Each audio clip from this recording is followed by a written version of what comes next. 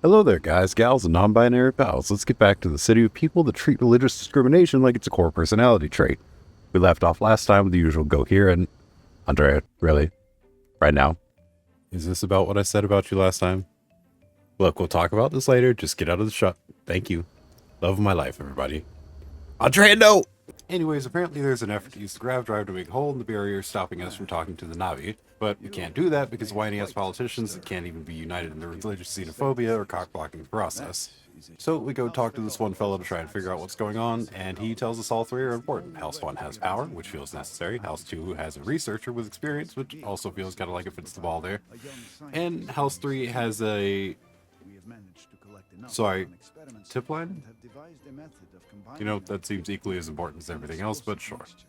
I'm sorry, you made bombs of random time warp critters. Sure, feels legit because space magic. Interesting. I think I already hate you. Long story short, the researcher was kidnapped by zealots, so I think you know what time it is.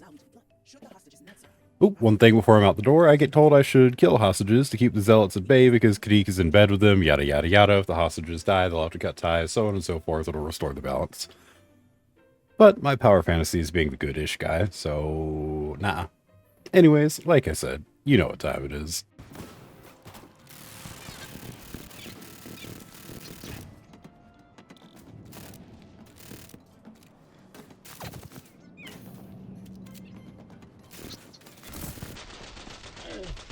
Yada yada, rescue the other hostages, please. Main hostage tells me the bad guys down here are built different. Lady, I'm literally him. I'm built different. Oh shit, why hasn't he died? Anyways, murdered the zealots, rescued the hostages. Let's go collect our, negotiations. After this, not on my watch. Well, that was easy enough. Now to tell what's his face that I've got one base covered. Great, more of the lizard man routine. Oh, shut up, Andrea. Time for a spirit quest, I guess. Anyways, we kill some space fighters, see ghost Tootsie Prints, and walk towards an ominous crack in the fabric of reality, which isn't really unusual territory for the Starborn anyways. Talking to the lost fella here, finally, the temptation to declare myself his god is strong, but I opt for honesty instead. As a result, shit gets bad, then it's fine, then it's not, then I'm out.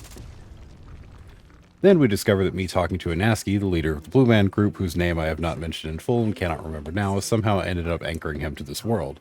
Because, once again, sure, why not? Space magic. Anyways, next we head on over to the people locking down the power grid and find out it's mostly because the head of the household is throwing a temper tantrum about a son of his who left not only the house, but the cult as well. The kid's name is apparently Varric, so we head to the local watering hole to ask about him and stop by a crafting spot to re-up on my ammo because, dear God, I'm having to dump some mags into these things. We find some middle-aged smuggler fellow who I'll be referring to as Taint, and he generously agrees to help us track dear Varric. Also, Taint seems like the first person I've met in settled systems with any kind of common sense and or self-preservation instinct. Never know if they can do some kind of alien spit thing. After an exhaustive search that takes far longer than it should have, I close in on my target, and in the process of examining the camp, I'm reminded humility is an important trait in this questline. And again, and again. Then I realized Taint was trying to warn me about the alien spit, so I take cover on a ridge instead of just fighting like a US drone, and we continue on our merry way. I'm sorry, Northwest. Didn't I just come from... Alright, whatever. We brutally murder some more Navi, schlep our way up a hill, run into some farmers that look more like goth spec ops than corn folk.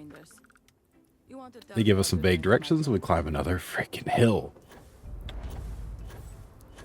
We find a place helpfully labeled Apostate's Refuge, and I get the feeling we may have found our runaway, except, of course, it wouldn't be that easy. So I spend 5 minutes playing Blue's Clues and start contemplating off the air just for the inconvenience of it all.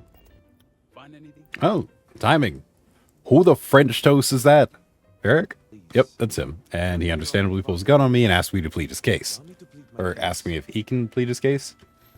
Anyways, I'm not in the business of murdering people just looking for a new life and trying to leave crazy cults, so we have an unnecessarily long-winded conversation where we both agree that, yes, extremism bad. I yoink the last thing he has to remember his dead sister by and bring it to his dad to convince him that I killed his heir. What have you done? This blood is on your hands. And of course, because I don't like hurting people's feelings, I make sure to secretly tell his aunt who wanted me to save him he was very much alive. Which feels like a solid leaving off point for me, so thank you all oh so very much for watching. This is your favorite Startled Zombie signing out, and I'll see you all in the next one. Au revoir.